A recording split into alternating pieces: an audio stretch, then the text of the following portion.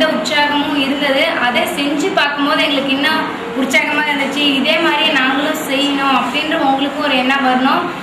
நம்மளுக்கு வந்து இப்போ நாங்கள் இங்கே வந்து செஞ்ச மாதிரி நீங்களும் ஆர்வமாக நினைப்பீங்க.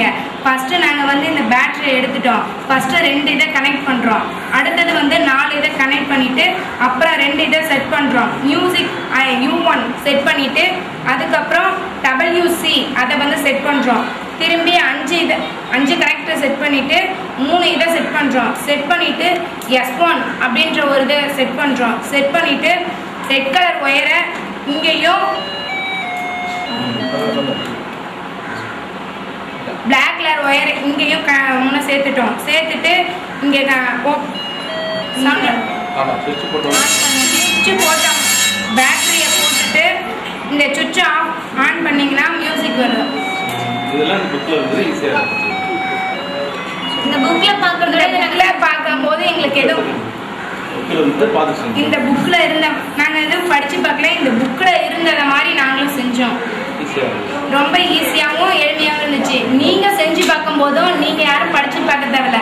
இதை செய்யும் போதே உங்களுக்கு நல்லா நல்லா உற்சாகமாக இருக்கும். ஆர்வம் நல்லா உங்கள்கிட்ட இன்னும் வளரும். செய்யும் போது உங்களுக்குள்ள என்ன ஒரு எண்ணம் ஏற்பட்டது? ஸோ நம்மளால் இது முடியும், நம்மளை வந்து என்ன பண்ணலாம், புது புது பொருள் வந்து கண்டுபிடிக்க முடியும். இதனால் வந்து இந்த சிந்தனை வந்து இதனால் இப்போ வந்து அப்படிலாம் சொன்னோம் இல்லையா, அதெல்லாம் வந்து என்ன பண்ணணும் உங்களுக்கு போக தெரியும். ஓகேவா? VEFI நிறுவனத்துக்கு முதற்கண் பள்ளியின் சார்பிலே நன்றியை தெரிவித்துக் கொள்கிறோம். ஆரம்பித்த உடனே கொள்கை பாடல் போட்டாங்களா? பார்க்குள்ளே நமக்கு ஒரு உத்வேகம், ஒரு உற்சாகம் வந்ததே இல்லையா? பார்க்குள்ளே நம்மளால முடியும், நம்மளும் சயின்ஸ் துறையில் வந்து மிக பெரிய இடத்துக்கு போகலாம், கிராமத்தில் பிறந்துட்டோம், அதனால் நம்மளால ஒன்றும் பண்ண முடியாது அப்படிங்கிற ஒரு நினைப்பெல்லாம் அகன்று நம்ம இந்த கொள்கை பாடல் பார்க்கும்போதே நல்லா இருந்ததா இல்லையா? அதே VEFIலேருந்து இந்த தோழர் ஒருத்தர் வந்து குறிக்கோள் இருக்க வேண்டும், நம்ம படிக்கிறதுல கூட குறிக்கோள் இருக்க வேண்டும், குறிக்கோளோடு நின்று விடக்கூடாது, முயற்சி செய்ய வேண்டும்ங்கிற கருத்தெல்லாம் சொன்னாங்க. செய்வீங்களா? சீனாவை அடிக்கடி உதாரணம் கொடுத்தார். சீனாவில் குடிசை தொழிலாக மாணவர்கள் கூட என்ன பண்ணுறாங்க, இதே மாதிரி சர்க்யூட் செய்கிறாங்க. நம்ம நாட்டில் அதே மாதிரி செய்கிறது இல்லை, அதனால தான் தொழில் புரட்சி ஏற்படல அப்படின்னு சொன்னாங்க இல்லையா? அதுக்காக தான் நாங்கள் இதை போல கிராமப்புறங்களை தேர்ந்தெடுத்து மாணவர்களுடைய விழிப்புணர்வு ஏற்படுத்துகிறோம்னு சொன்னாங்க. இதை பயன்படுத்தணும். நீங்கள் இதே ஆசிரியர்கிட்ட, சயின்ஸ் ஆசிரியர்கிட்ட இருக்கும் 4 பேர், ஒரு ஆள் தனியாக போகக்கூடாது, 4 பேர் சேர்ந்து போயிட்டு அதை பயன்படுத்தணும். சந்தேகம் இருந்ததுன்னா சார்ட்ட கேட்கணும். ஓகேவா? அடுத்தது ஜப்பானை பற்றி சொன்னார் இல்லையா? ஜப்பான்லேயும் தொழில்துறையில் மிகப்பெரிய முன்னேற்றம் ஏற்பட்டிருக்கிறது அப்படின்னு.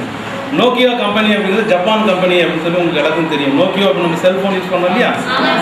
அந்த வேர்ல்டு வார் அப்போ வந்து நோக்கியோ என்ற ஒரு கிராம பகுதியை அழிந்து விட்டதாகவும் அந்த பகுதியில் இருக்கக்கூடிய ஒரு குழந்தை வந்து கேட்டுதான், என்னம்மா நம்ம ஊர் நோக்கியம் சொல்றாரு, என்ன வரைபடத்திலே இல்லையே அப்படின்னு அவங்க அம்மா சொன்னாங்களா, இதே மாதிரி இந்த வேர்ல்டு வாரில் அழிஞ்சு போச்சு, அதனால வேண்டி நீ என்ன பண்ணும் அப்படின்னா, நீ பெரியவனானவொடனே இதே மாதிரி ஏதாவது ஒரு கண்டுபிடிப்பு, அறிவியல் கண்டுபிடிப்பின் வழியாகத்தான் நம்ம ஊர் பேரை எல்லாருமே உச்சரிக்கை செய்யணும் அப்படிங்கிற ஒரு கருத்தை அவங்க அம்மா சொன்னதாகவும், அதற்கு பின்னால் அவர் வந்து அந்த நோக்கியா என்ற செல்போனை கண்டுபிடித்ததாகவும் எனக்கு ஒரு மெசேஜ் வந்தது. அது உண்மையா பொய்யான்னு எனக்கு தெரியும். எனக்கு ஒரு மெசேஜ் வந்தது. இந்த மெசேஜ் படித்து பார்த்தோன்னா எனக்கே அப்படியே ஒரு மாதிரி ஆயிடுச்சு. ஒரு கிராமத்தில் பிறந்த ஒரு மாணவன் நோக்கியா என்ற அந்த பெரிய கம்பெனியை வந்து நிர்வாகம் பண்ணக்கூடிய அளவுக்கு வந்து கண்டுபிடிச்சாங்க. ஏன் நம்மளால முடியுமா முடியாத நம்மளால? எனவே இதை வைத்து உங்களுடைய அறிவியல் தொழில்நுட்ப அறிவை வளர்த்து கொள்ள வேண்டும் என்று கேட்டுக்கொண்டு இந்த நிறுவனத்திற்கு எங்களுடைய பள்ளியின் சார்பிலே நன்றியை தெரிவித்துக் கொள்கிறோம்.